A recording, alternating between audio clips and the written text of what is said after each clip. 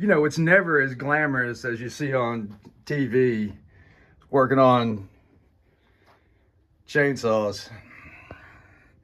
Because every once in a while, you get something this hideous. Oh my goodness. Uh, so, yeah. I'm gonna do one of those. That'll buff out. All right, all jokes aside, we're going to take this thing and put some lipstick on it. These two saws are from one of my better customers. They've bought and replaced saws, especially through the Hurricane Helene remnant thing we had around here. And basically, you know, just want to have these as two backup saws that are somewhat reliable considering their age. I would love to plug this saw in. I think I worked on this a couple of years ago and it had like 14,000 starts on it.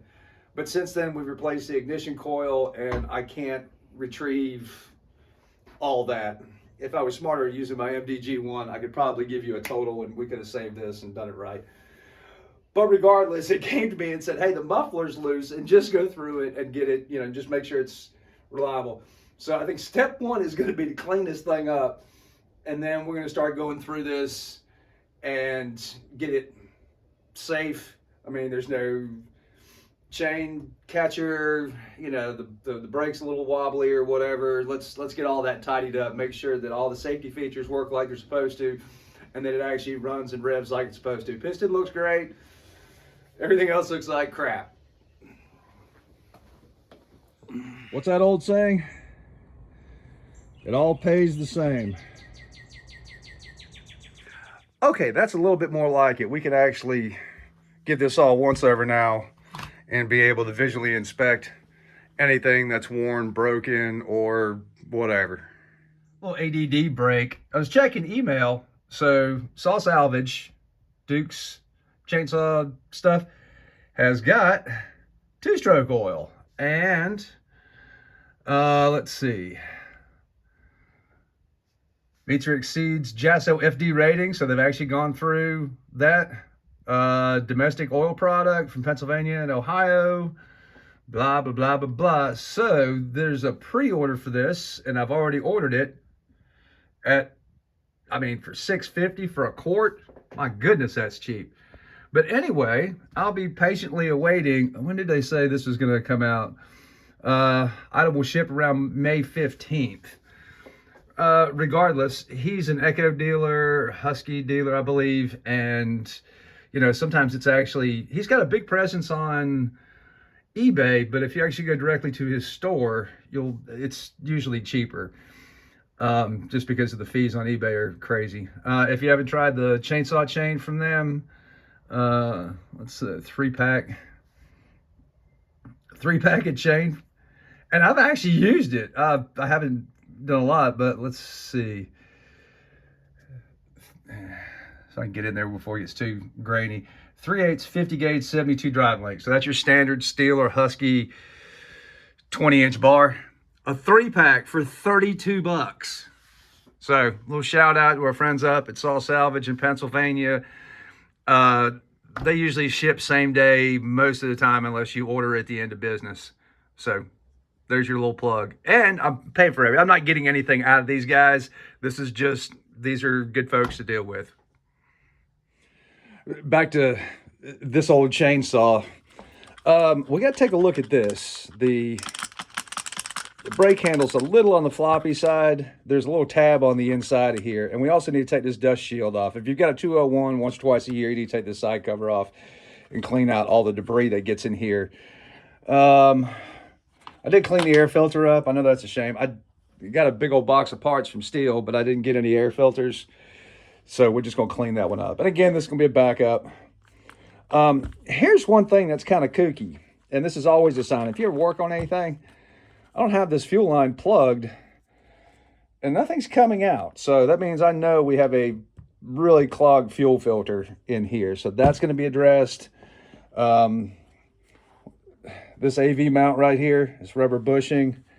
You know, I mean, it can't give anymore. It's given all it can. I've got a new one right here. We'll go through the recoil, fresh rope. Both of these holes, maybe there's enough threads there. I don't know. I'll have to check. This one's wallered out. We'll put a helicoil in here and you know, new spark plug, you know, whatever. We'll just check everything.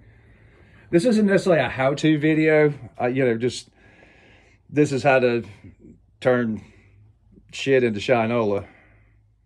All right, so here we go. We take 2 screws off, pop this little cover off, and you can see the amount of crap that gets down in there. There's plenty of room for it to get in. There's just no way for it to get out. I know that sounds stupid, but it's not. Clean the fuel tank out. Got all the crumbs out of there. Here's our fuel filter. It actually looks darker in person, but that thing gave all it can. So we're gonna get a new one of those in. Replace the AV mount right there. And then we'll move on to getting the helicoils installed in here. After a little closer inspection, this brake band that's chewed up a little bit right there. There's a fair amount of wear on this. I think we're going to go ahead and replace this while we're in here because it is a safety thing. Much better. All clean, good to go. Okay, helicoil is installed right here. I tried to chase these threads and they were just a little boogered up, so I went ahead and put an insert in there as well. And that will, oh yeah, there we go. That will take care of that for a good long time, especially with a fresh muffler. This anti-vibe spring right here, this was not horrible, but I mean, you can see, I mean, obviously that's supposed to be straight. This is the one that screws into the bottom of the case where the handle wraps around right here. Anyway, I mean, the first couple of times it gets pulled on really hard, it stretches and misshapes these. If you ask the steel dealership for a new one of these with this little end piece on, I want to say it's like 12 or 14 bucks. I think you can just buy the spring all by itself and it's like 2 or 3 bucks. So it's a nice, easy repair, keeps the handle all fresh as a daisy. Nice style points. That's mo better. Okay, got the intake manifold put back on. I did check the impulse line. So there's a little nipple underneath here, and that goes to the crankcase, and that is your thump, thump, thump to the carburetor to make it, you know, do its thing. These will crack right up here. There's a lot of heat in this area. But anyway, this one looks good. You know, the rubber's still pretty palatable. A new to him chain catcher. Muffler's installed, fresh spark plug, and throw the top handle back on. It's always easier to do this now because this kind of has to slide forward and then snap down on both sides. Easier to install this now while the handle is either off or off to the side.